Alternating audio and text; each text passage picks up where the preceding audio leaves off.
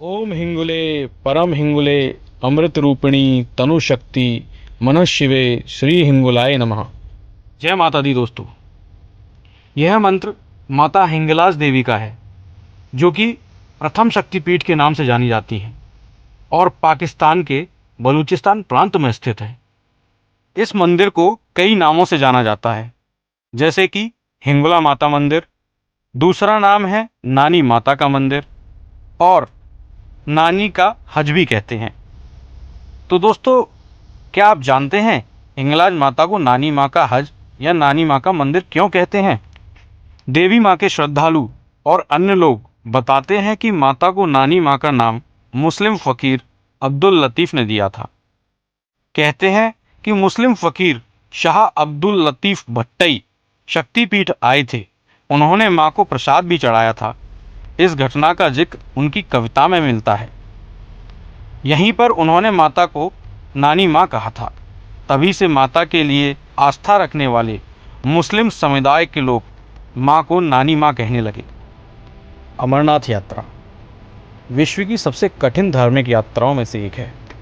वहीं जो श्रद्धालु माता हिंगलाज के दर्शन किए हैं, वो बताते हैं कि माता हिंगलाज की यात्रा भी अमरनाथ यात्रा के समान ही कठिन है। श्रद्धालु बताते हैं कि हिंगलाज माता तक पहुंचना अमरनाथ यात्रा के समान कठिन इसलिए माना जाता है क्योंकि जब मंदिर तक पहुंचने के लिए अच्छी गाड़ियां नहीं थी, सुविधाएं नहीं थी, तब कराची से हिंगलाज पहुंचने में 45 दिन लग जाते थे। यहां तक पहुंचने में आज भी कई बाधाएं हैं, जैसे रास्ते में हज़ारों फीट ऊंचे पहाड़, दूर तक फैला वीरान रेगिस्तान, जंगली जानवरों से भरे घने जंगल, ऊपर से डाकू और आतंकवादियों का भय। ऐसे खतरनाक पड़ावों को पार करने के बाद माँ के दर्शन संभव हो पाते हैं। मित्रों, हिंगलाज माता मंदिर एकमात्र ऐसा स्थान है जहाँ हिंदू और मुस्लिम दोनों समुदाय के लोग एक साथ एकत्र होकर के माता की पूजा करते हुए दिखाई देते हैं।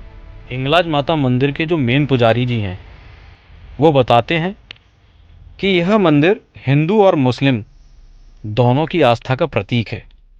यहाँ पर नवरात्रों के दौरान हिंदू मुस्लिम का कोई फर्क नहीं दिखता। कई बार पुजारी सेवक मुस्लिम टोपी पहने दिखते हैं, वहीं मुस्लिम देवी माता की पूजा के दौरान साथ खड़े मिलते हैं।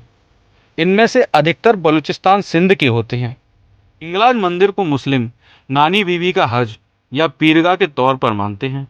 इसलिए पीरगाह पर अफगानिस्तान, इजिप्ट, ईरान, भारत के अलावा बांग्लादेश, अमेरिका और ब्रिटेन से भी लोग आते हैं। माता हिंगलाज मंदिर की एक बहुत ही प्रचलित और अनोखी प्रथा है। बताते हैं कि जब मंदिर की यात्रा शुरू करनी होती है, उससे पहले हर यात्री को, हर श्रद्धालु को 2 शपथ लेनी होती हैं, जिसमें पहली शपथ है कि जब तक आप दर्शन करके लौट के आएंगे, तब तक के लिए आपको संन्यास ग्रहण करना होगा। और दूसरी शपथ है कि यात्रा के दौरान आपको अपनी सुराही में जल लेके जाना है और रास्ते में अगर आपके किसी सहयात्री को प्यास लगती है तो आप अपना जल उसको नहीं देंगे। ये दूसरा शपथ तो बहुत ही मुश्किल है। अब ऐसे बंजर में पानी मिलेगा भी नहीं और दूसरा कोई देगा भी नहीं, लेकिन सब माता के आशीर्वाद से ठीक ही होता है। तो अब शपथ लेने के बाद शुरू होती है अपनी यात्रा। मंदिर जाने के रास्ते में यहाँ मिट्टी के टीले पर गड्ढे हैं, जिन्हें चंद्रगुप्त 1, 2 और 3 कहा जाता है, जिनमें से तीसरा अब दिखाई नहीं देता है। चंद्रगुप्त 1 करीब 300 फीट ऊंचाई पर है। गड्ढे में खौलती दलदली मिट्टी दिखाई देती है। हर साल यहाँ दर्शन के लिए आने वाले श्रद्धालु बताते हैं कि चंद्रगुप्त 1 हर साल ऊंचा हो रहा है। यहाँ से 5 वर्ग दूर हिंगोल नेशनल पार्क है। मुख्य द्वार के बाद 5वां वर्ग और ढलान पर संकट भरी सीढ़ियों के बाद माँ हिंगलाज के दर्शन होते हैं।